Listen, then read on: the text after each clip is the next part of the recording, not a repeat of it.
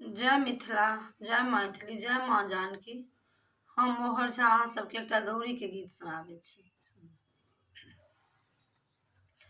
गिरिजा पूजना चलली, गिरिजा पूजना चलली, सिया सुकुमारी आसे आनंद मगन लागे, जनक भवन में आनंद मगन लागे, जनक भवन में साजिले लहारा डाला, साजिले लहारा डाला, फूल बेल पतिया से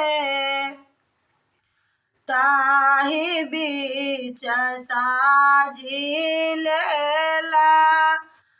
आकुरी नवेदिया से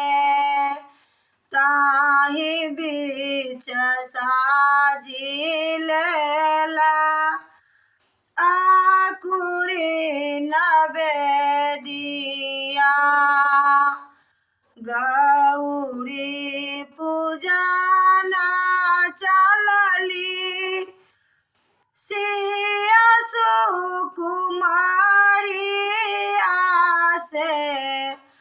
आनंद मगन लागे, जनक भवन में आनंद मगन लागे, जनक भवन में जल भर गेली गौरी, जल भर गेली गौरी, कमला किनारिया जल भर गेली गौरी, कमला किनारिया से आगे पीछे सखी सब बीच सुकुमारी, या आगे पीछे सखी सब बीच सुकुमारी, या लाल पीरे वस्त्र शोभे, लाल पीरे वस्त्र शोभे, भारी भारी देहि या ताहि बीच शोभाए, सिया सुकुमारिया ताहि बीच शोभाए,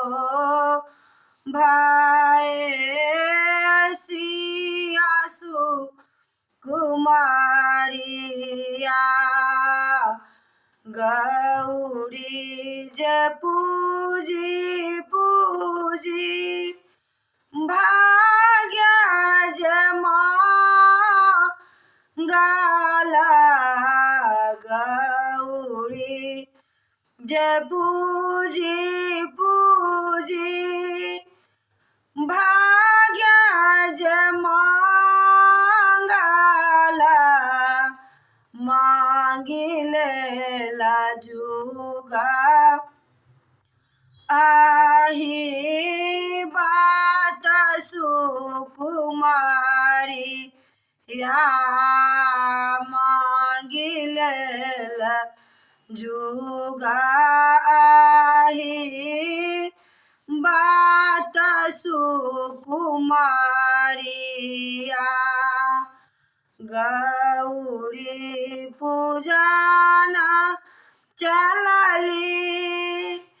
सिया सुकुमारिया से आनंद